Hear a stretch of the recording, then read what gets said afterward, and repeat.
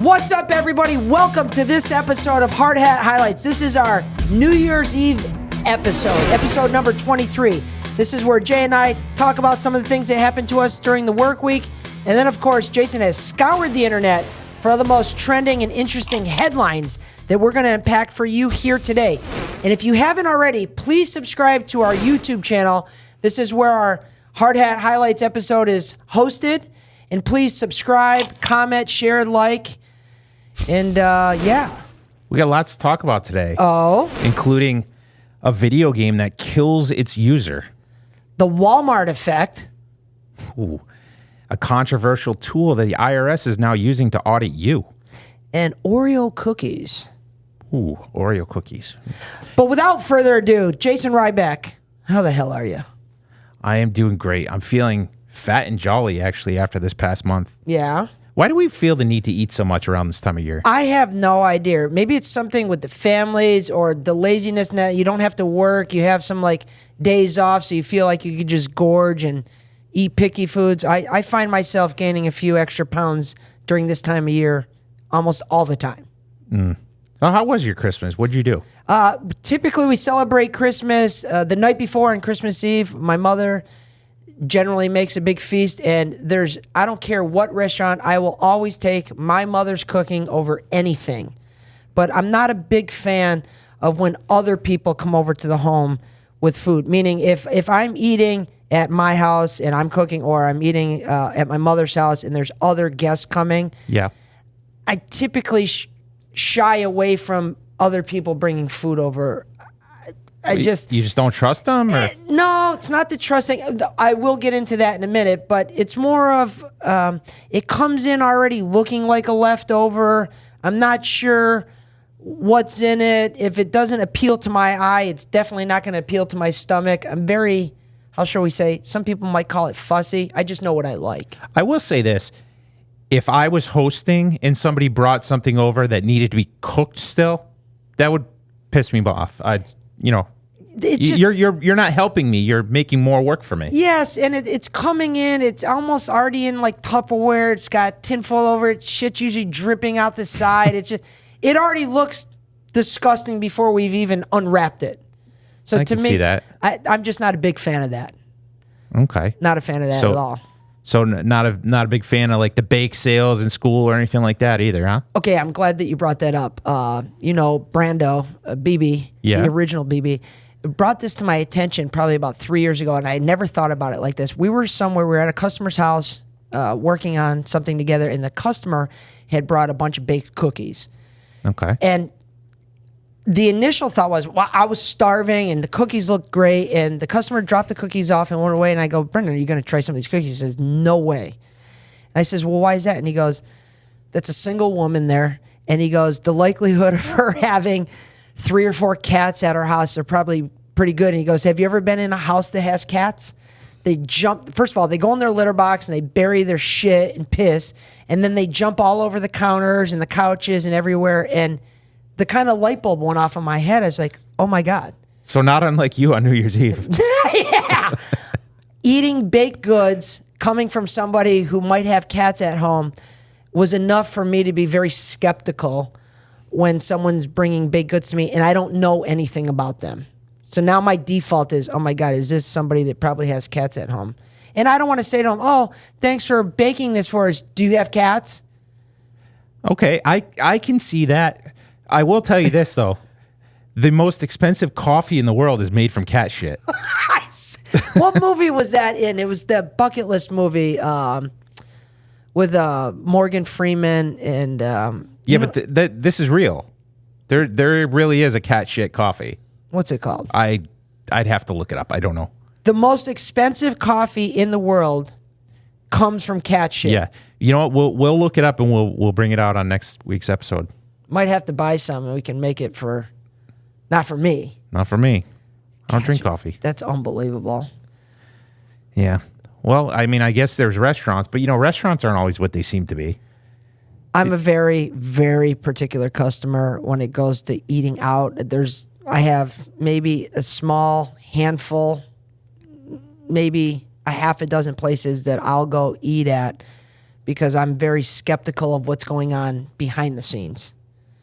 I could see that. I mean, we just saw the last report of the year for Collier County restaurant inspections came out, and some of the stuff on there is, oh my God. And you got to remember, the government is writing this report. And I've always been a factor that the government is not going to do as good of a job as the private sector. And if the government is deeming 15 or 16 restaurants around here to be unsanitary, what's the actual real number? Like, how thorough are they in this? But those are just the handful that didn't grease his palms. yeah, those are the ones that just stuck out. It's very easy for me to tell, and everybody's got intuition. Most people don't listen to it. But if I go into a restaurant, like one of the first things that will set me off is if I'm walking to our table and I see 3 tables where there's no people, but their dirty dishes are still sitting there, that's already an immediate red flag for me.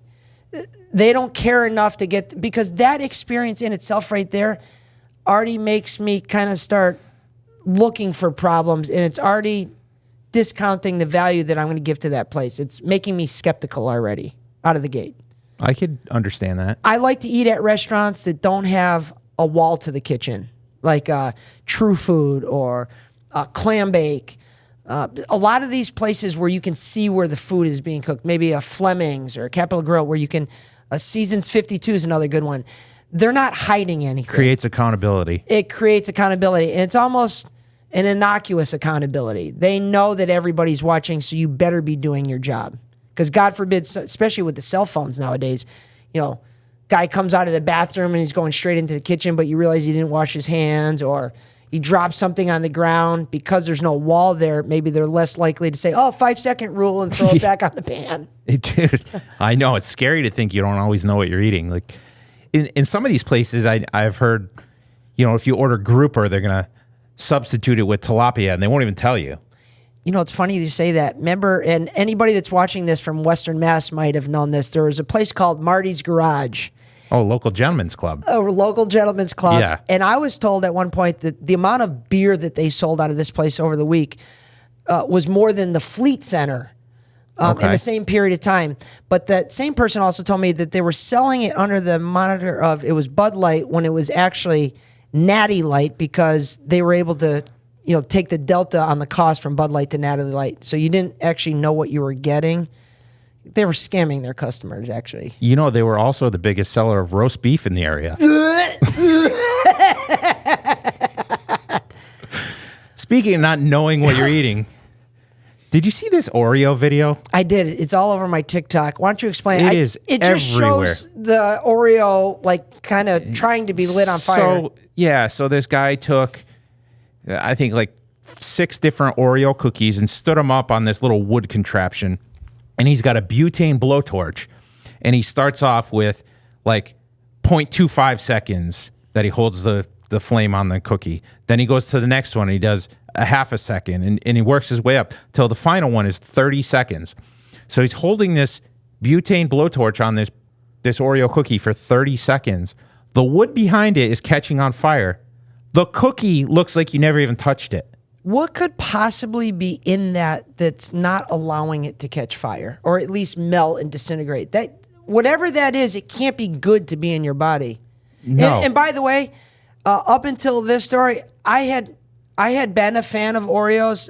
You were? You were an Oreo guy? I was actually I prefer the double stuff. Oh, you like them thick. Well, what was your favorite type of Oreo? So I like the original, but at one point in time, I will admit I was hooked on, there was a chocolate filling. So, so you like the dark ones? yes. I like the cream. That's why I like the double stuffed cream in the middle. Okay, this is bad. Yes, it is. Okay, yes, so what the hell is in these Oreo cookies preventing it from getting on fire? Did it say in the article or story? No. I did see one article that said it might be a combination of this ingredient, and that ingredient. But at the same time, they don't really tell you what it is because it's under the scientific name. So it could be it could be cat shit. Yeah. Maybe it's cat shit. Well, after this episode, I don't think we'll be getting any sponsorship from Oreos, which is fine. Yeah. Well, Speaking of other junk food, I saw a little bit of a hoopla over Dave Portnoy. I love Dave Portnoy and Barstools. Saturdays for the boys. Yeah. The pizza reviews. I also saw some stuff. There's a guy, I believe his name's Sally Slices. He's on TikTok. He owns a pizza shop, family business, younger guy that took to TikTok while he was making pizzas, and he's amassed like 4 million followers. And he was reviewed recently by Dave Portnoy in his One Bite, Everybody Knows the Rules. And he was asked after, what did you thought? What was the score that Dave gave you? And he gave him, if anybody that knows his scale, I think he gave him like an 8.1 on one of his pizzas, and 8.2, a very good score. Mm-hmm. But the kid said, I don't believe Dave Portnoy should have that much power over his pizza reviews, because I think it's even happened here locally in Bonita. If he does a pizza review and it scores, let's say, above a 7, that pizza place will not be the same again. It will throw your business into another level upward. Yeah. And so I'm a huge fan of him being able to have this kind of power, because he's shown over the last years that he's not malicious with it. He's truly doing a pizza review. It's just his consistency in doing these reviews has afforded him this ability to be able to go out and change someone's business with a simple pizza review. And deservedly so. And I will say all these, or most of anyways, these places that he visits are mom and pop shops. They probably don't do a lot of advertising. I mean, I know the one here, Grandpa's, they're like a straight cash only business, no advertising, They're no your nothing. typical small business. It's a husband and wife. Yeah. So, I mean, I think it's a good thing. So for people to get pissed off about that is a little. I think it's a jealousy thing. Heavy is the hair that wears the crown. If you watch, he's been doing these pizza reviews for God knows how long, maybe a decade. Mm-hmm. And when he first started, they were brutal. But his consistency after, and now it's opened all these other doors for marketing. I mean, people would beg to have him come do a pizza review on their business. We'd love him to come do a review on our business. That's right. That's right. And we don't even sell pizza. We don't even really eat pizza. I try not to anyways. Yeah, it's not so good with all the working out we do. But I can tell you what. I am a pizza lover. In the new year, I will not be eating as much pizza, and I will certainly not be eating Oreo cookies. No, I'm off the Oreo cookies for show. There's no shortage to the amount of garbage we consume this holiday season, including a certain Christmas song. Which one? Do I have to? Yeah. Why don't you sing us a few bars? Yeah. All I Want for Christmas, Mariah Carey. Oof. How much money do you think she makes in a single holiday season off that one song? I am not sure, but I'm anxious to hear this answer. I like anything business related like this. I've heard that song enough that if I never hear it again, it'd be too soon, but I am. Tell me. So to put things in perspective, when the song first was released, she initially made $60 million off this song. Oh. Whoa. Yeah. But guess what? Every Christmas season, she averages $2.5 to $3 million off of royalties for that song. When did that song first come out? So when it first came out, the initial pop off of it, she's got 60 milli. Yep. So it was based on record sales, blah, blah, blah, radio play back in the day.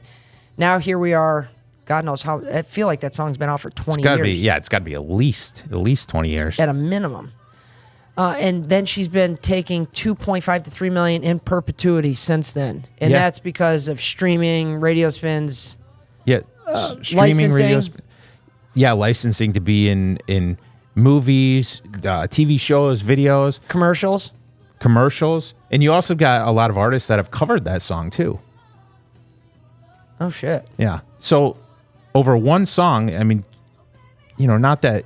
It's not like she hasn't done anything else, but over that one song, she literally would never have to work again. I tell you, I did see some pictures of Mariah Carey lately, and it looks like she's been enjoying some pizza and Oreos. Double stuff? Double stuff, and black ones, too. Well, now that we're past that and headed into the new year, many states have new laws coming on the books January 1st. Oh, here we go. More laws. Yeah. Have you seen one of the big ones here in Florida actually involves children and social media?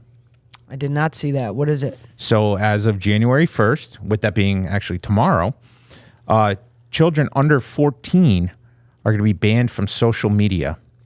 children under the age of 14 will be banned from social media. Yes. That's interesting. It is. There's a couple sides to it. I don't know how I feel about that. I can tell you this. I would say, from my perspective here, if your child is under 14 and is using social media, either the parent is monitoring this or the child's doing it behind their back. Yeah, or the parent just doesn't care because then the kid's being quiet. So now the question becomes, how does this become enforced legally? Yeah, I have no idea. I wouldn't even know how they begin to do that. Although, if you buy a drone these days, because it wasn't like this when I first bought a drone, but a drone nowadays, you have to kind of like sign in with a thumbprint or, I think it's a thumbprint because of the potential danger that you can cause with the drone if you fly it into an area that has like low-flying planes. Like here in Naples, we have an airport, so if you're down in South Naples flying a drone, they want to know that if you caused an issue with that drone, they want to know who is responsible for that. So maybe it has something to do with, biometrics or the thumbprint technology or facial recognition. So where's the thumbprints in New Jersey? The what? Thumbprints in New Jersey. Yeah, who knows? Well, we don't know whose drones those are. Could be the government's, could be another government. Anyhow, yeah, this new law. So I could see the reason for the law. Social media can be extremely addicting. And so just like alcohol, at some point people have to say, well, if we're going to sell alcohol, there's got to be an age requirement on it. Maybe social media is the new alcohol. So it can be very dangerous for kids, especially unsupervised. So I completely agree with that. My big question, though, is just, and you may have answered it, I don't know how, but how are they going to enforce that? Because, who knows? Again, either the parents are monitoring it. If the parents are monitoring it, they're not going to say, hey, look at me, I'm helping break the law here. And if the kids are doing it behind the back and the parents find out, they're not going to say, hey, come arrest my 12-year-old. So you're right. It's a law. So then, what are the penalties of breaking the law? Yeah, this is interesting. So when does this go into effect? January 1st. And it's here in Florida. Here in Florida, yeah. And, the other part of it, too, is just like any other law, if the parents don't report them or whatever, are they considered to be aiding and abetting? Oh man, this is an there's interesting topic. There's a lot of weird stuff here. I'm sure that's not the case, but we might have to reach out to some of our lawyer friends to ask this question too. That is interesting. The ramifications because of breaking the law of that.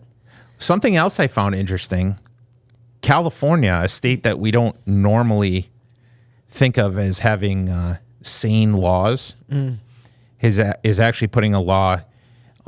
Well, it's not banning social media for children. It's doing their own things to protect the kids. So parents who profit from social media posts featuring their children will be required to set aside a portion of their earnings for the kids. Wow. And to take it a step further, if they don't, the kids will lawfully be allowed to sue them. This is wild. This is wild because now you're getting into the nitty-gritty, the business of it. So I'm sure there's some parents out there that are not exploiting their kids, but they're putting their kids in the content with them because they know it's going to get more viewership. Of course, it's like the parent that thinks their kid's going to be a pro athlete. Yeah. So, but now when they said put aside of a portion, well, how much of the portion? How much of the video are the kids in, not in? How much money should go to the kids? Yeah, who determines what portion of that video was due to them being in there? Oh, wow. I don't like it. A lot of weird stuff with these laws, and thank God we're not lawmakers. And the kids can sue. But what if by the time the kid's old enough to sue... No, I believe it's the kids can sue at that point. Oh wow. So, little 6-year-old Johnny can sue mommy because... But the kid should know he should be able to sue because he's not allowed to be on social media in the first place to see this. Like if they're under 14... Oh, that's only in Florida. This is getting really weird. It is, right? Yeah. It's a lot of compare and contrast going on here. Well, while things are being done here in America to protect the kids, North Korea is actually implementing a new law designed to protect the sanctity of marriage. Is this Kim Jong-un? It is. Rocket Man. Yeah. the original Rocket Man. Because Well- now they said with Elon in with Trump that he's the new Rocket Man, but the positive one. It's like, you had the good Batman and or the Superman. Yeah, and the so other. this is taking into assumption that Elton John is not the original Rocket Man. No, he's the pocket Rocket Man. Okay, well, you would know. So anyhow, over in North Korea, Kim Jong-un has decided that when a couple files for divorce, they're going to have to spend a minimum of 6 months in a labor camp. This is crazy to me. I'll pick one side of this. I would argue that there's probably some guys out there who would rather spend 6 months in a labor camp than spend an eternity at home with their spouse. Okay. Now, I don't know what they have to do at this labor camp. Let's just say they're making license plates or, Yeah. making straw hats. I'm willing to bet that there are guys out there that will be happy with this. I'm sure you're not wrong. But tell me a little bit more about the law. So, like, if somebody files, are they both going? They're both going. So, okay, so that's interesting you brought that up. This is, in its entirety, is not a new law. Initially, or the way it had been, was the person who initiated the divorce, who filed for divorce, would be the one to go to labor camp. Oh, my God. So basically, if you're getting abused by your spouse or cheated on or, they're swindling money from you and you decide you're going to divorce them, well, guess what? You're going to labor camp. At least now they're making it a little more fair because you both have to go. Well, so this was put in as a deterrent from getting divorced. Right. I think that's what the thought was behind this. Yeah. But that's funny that you say that. So I'm thinking, okay, but if they were being beaten or cheated on or stolen from and say, you know what, I'm tired of being with this scumbag alcoholic that's been beating me up. I built up enough gumption. I'm filing for divorce. And then the government's going to come and say, oh, yeah? Well, now you're going to a labor camp for 6 months. Yep. No exceptions. Holy shit. You imagine? No. No. So as many crazy laws that we might have here, it's still the greatest country in the world. You're right. And thankfully, back here in the States, we do not throw people in jail for divorce. We do throw them in jail for murder, and sometimes even if they didn't do it. Oh, okay. So in 2017, after spending 24 years behind bars. Holy shit. Can you imagine? 24 years of your life. Sean Thomas of Philadelphia was acquitted and released and awarded $4.1 million for his wrongful conviction in a 1992 murder. 24 years behind. Well, like, what would you do if you spent 24 years, you got out, you got $4.1 million? I mean, I think you'd be pretty happy, no? Yeah, I would put myself Considering. in a position definitely never to go back to prison, and you'd have the money to do that. So you wouldn't murder someone over $1,200? No. Okay, well, Sean Thomas thought that was a smart thing to do. So This man is headed back to jail for a 2023 murder over a $1,200 cocaine debt. I'm confused. He went away for 24 years. Yep. He got out, sued, got 4.1 million. Yep. And then was convicted of a murder, A separate murder. a separate murder, over $1,200 worth of cocaine. Yeah, it turns out the guy he murdered was a 38-year-old father. He was a friend of Sean's girlfriend, and he was given $1,200 worth of cocaine to sell. When he didn't pay that money back, he shot and killed him. It's like the Wild Wild West. I mean, it's easy to see why they thought he was the one in the first place. Turns out he's either in love with money or he's in love with Bubba. Yeah, it could be both. Well, he's going to have plenty of money in the commissary, that's for sure. Oh, You think, yeah. You think he'll Soup be able to tickets. keep that money I believe he will, because it's separate? not associated. Now, that's not to say that the family's not going to sue for a wrongful death or and that, kind of like the O.J. Simpson civil suit. Yeah, that's a good point. So criminally, but then go civilly. Yeah. But people with that type of intelligence level are perfect subjects for this next product. Tell me. Have you ever used one of those VR headsets? I have. it's it's not a perfect representation yet of real life, but it's pretty damn close. I remember walking along something that looked like it was, a bridge, like a wooden bridge with rope, and like my body felt like I was afraid of heights. Like, if you were leaning over a high building, that feeling that you get starting down low and ringing through your loins.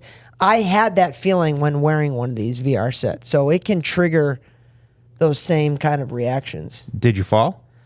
I didn't fall. I took it off immediately. I was scared. Okay. Yeah. So you were afraid if you fell, you would actually die. It triggered that. Okay. Imagine there's a VR headset where you're playing a game and your character dies. You actually die. Yeah, I wouldn't play that game.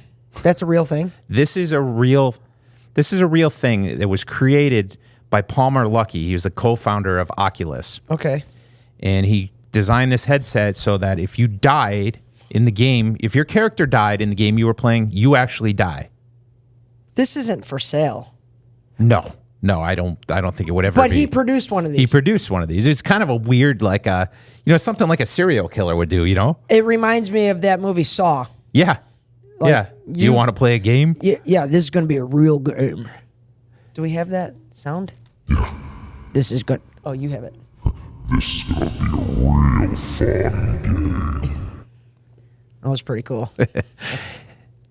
So yeah, apparently there are explosives attached to this headset. Oh my God. So when your character dies, you immediately die as well. Yeah. No, I'm good. I'm going to pass. I mean, that's just fucking twisted. People are sick. So, okay, let me ask you this. You said you're going to pass. If somebody came to you and said, $3 billion. No. Oh, hear me out. $3 billion to play one round of this game. No. I'm not a video game guy. Like, I stopped, Super Mario Brothers and Contra. Yep. And even then, I wasn't that good at it.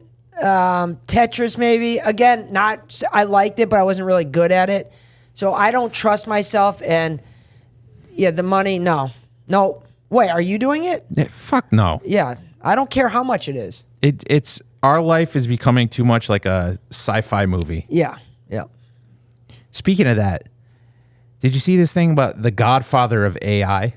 No. Who is the godfather? He's a scientist named Jeffrey Hinton, who I guess was instrumental in bringing AI to the forefront. Okay. He once claimed, not long ago, that he believed there was a 10% chance that technology would wipe out the human race in the next 3 decades, so the next 30 years. Wipe out the human race. He's now changed those odds. To? He shortened them to, he believes there's a 10 to 20% chance of this happening. Oh, wow. What are your thoughts on this? I could see where if AI got in the hands of the wrong individual, where this could be a big problem, because I already see it. It's forecasting people's thoughts based on like stuff they might be digesting through social media, and it's already putting stuff in front of you, like it's anticipating things. Yep. And so I could see where the mind manipulation could get a hold of people to do the wrong. I mean, we've seen stories where the AI was like convincing a kid to kill himself or kill his parents. So you could see where that could kind of spiral out of control. But at a point to wipe out the human race, like, I mean, if it's already doing that in its infancy, what does AI look like in 10 years from now? That's a good question. I don't know. It's interesting to think like something that could wipe out human civilization comes in the form of what is perceived to be a friend. Yeah, you're right. Yeah, I mean, you know how I've felt about this. We've talked about this quite a bit on here.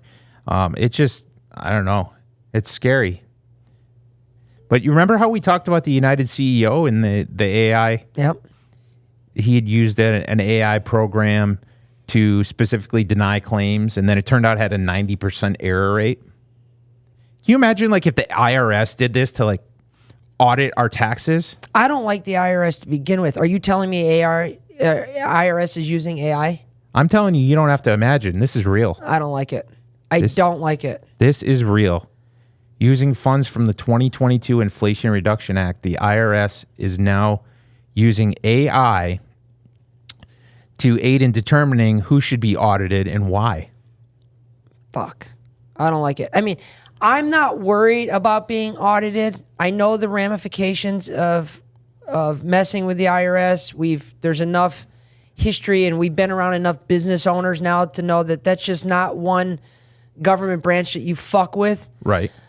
That said, I don't like somebody in that position to have more power than they believe they should have. And it's AI. So who knows if it's even accurate. And it could be the very same technology that had 90% error rate. Yeah. So it's like, and then who do you fighting that big machine for people like you and I, we don't have the money or the know-how to even begin to fight with them. So what if you're wrongfully accused under those circumstances? Then what?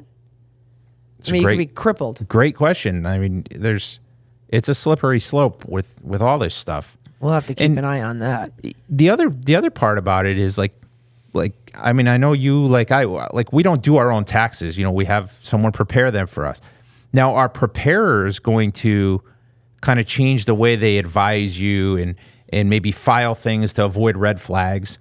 There's probably just going to be stronger language saying we're not responsible for your tax return. Even though you're paying us to prepare it and get it ready for you, we're not taking any responsibility, which I don't know how they could get away with that, but nevertheless. Yeah, I always thought that was a little suspect because if you're having someone do your taxes because you don't know what the fuck you're doing. So yeah. If I don't know what I'm doing, then how am I going to make sure what you're doing is correct? Right. And you took money from me under the pretense that you did know what you were doing. That's why I paid you for your goods and services. But even aside from that, just average Joe who maybe has a little bit more of a head on their shoulders than I do and knows how to do the taxes themselves, like, are they going to shy away from maybe taking every deduction or using every loophole because they're worried about getting targeted? Loophole? I mean, if you do take those loopholes, you may end up in prison where you'll have to use that. Prison wallet?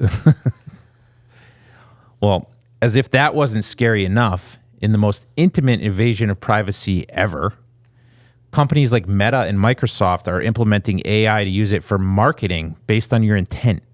Oh. So what this is they have an AI program, yeah, and it measures things like what you say, how you say it, maybe your tonality in your voice, and then it takes what can be inferred from that, and it uses it to basically read your mind. It's anticipating your next move. Yeah, so that what's happening is they're using these metrics and they allow it to have access to psychological and behavioral data, and then they use it to market things based on emotion and impulse. So, for example, if you seemed a little stressed, maybe, the AI heard it in your voice, all of a sudden they're going to start peppering you with ads for a trip to Tahiti. Oh, wow. Or even take a step further, it probably knows if they're scrubbing your phone because you gave them permission without reading. They probably know what your bank account is, so they probably know what you're able to spend it on. So it's going to throw out a potential trip for you that's not a bucket list trip, but one that's actually affordable. Yeah, may just toe the line of being affordable and splurging. Exactly. Well, I could see this happening. If it's probably already happening. It is. Yeah. It is. And I mean, and like I said, Meta and Microsoft are using it already. I believe Meta's is called Cicero, and Microsoft is using it via OpenAI. But it could be a great boon for the economy, but it can also put people in debt. Yeah. And that's only the beginning of it. Like, it makes you think, what else is it manipulating, and what type of data is it pulling from you? I hear you arguing with your spouse, and you're doing this. Now all of a sudden, it's targeting gun sales. Yeah. Or, who knows what. Yeah. Or you need to start taking these pills. Yeah. Who knows what they could be doing with it. That's dangerous. I mean, it's smart, and kudos to whoever invented it and came up with it. Monetarily, it makes a big benefit for them, but It's definitely not a benefit to society, I don't think.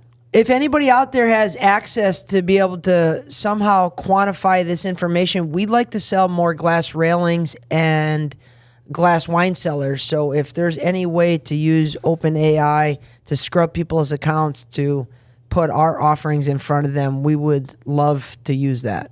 I think your phone just chimed in. Yeah. If only there was a way to use AI to combat the Walmart effect. The Walmart effect. What is that? So Walmart is the largest private employer and retailer in the United States. I was not aware of that. I mean, it makes sense now that you say that. So they're the largest private employer and retailer in the country. That's right. They call it Wally World. I believe many people do. I do not like going into Walmart. Well, according to The Atlantic, stores don't tend to have a positive impact on its surrounding community. Oh. So research on the Walmart effect suggests that new stores decrease household income and increase poverty rates. Oh, shit. Now, I did a little thinking about that because I feel like here, there's not a lot of, where we live anyways, there's not a lot of study or research we can do on this because most of the Walmarts are new. So there's no like long-term effect yet.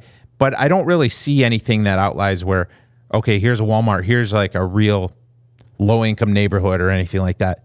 But I'm also probably not looking in the right places because if I think about when I go back up to Massachusetts, I'll see certain areas where there's a Walmart, not such a good area. So I can see it being a reality.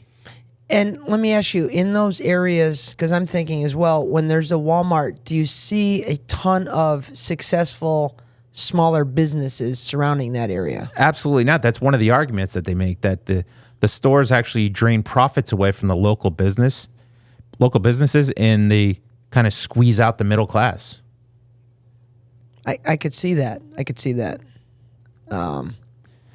But it's interesting. I've never thought of this, but it's an interesting thing to see.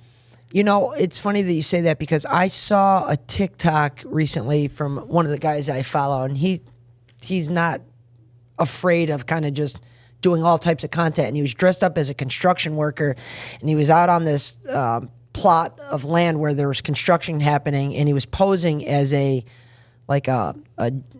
dollar store employee. He's like, there's a lot of crime rate around here. Okay, good. There's a lot of poverty. Okay, good. This is a perfect spot for the dollar store. That brings up an interesting question. Do you think that, because we know that McDonald's and Burger King kind of, one does research and plants a store here. The other one just follows right behind it on that research, right? Yes. Do you think that some of these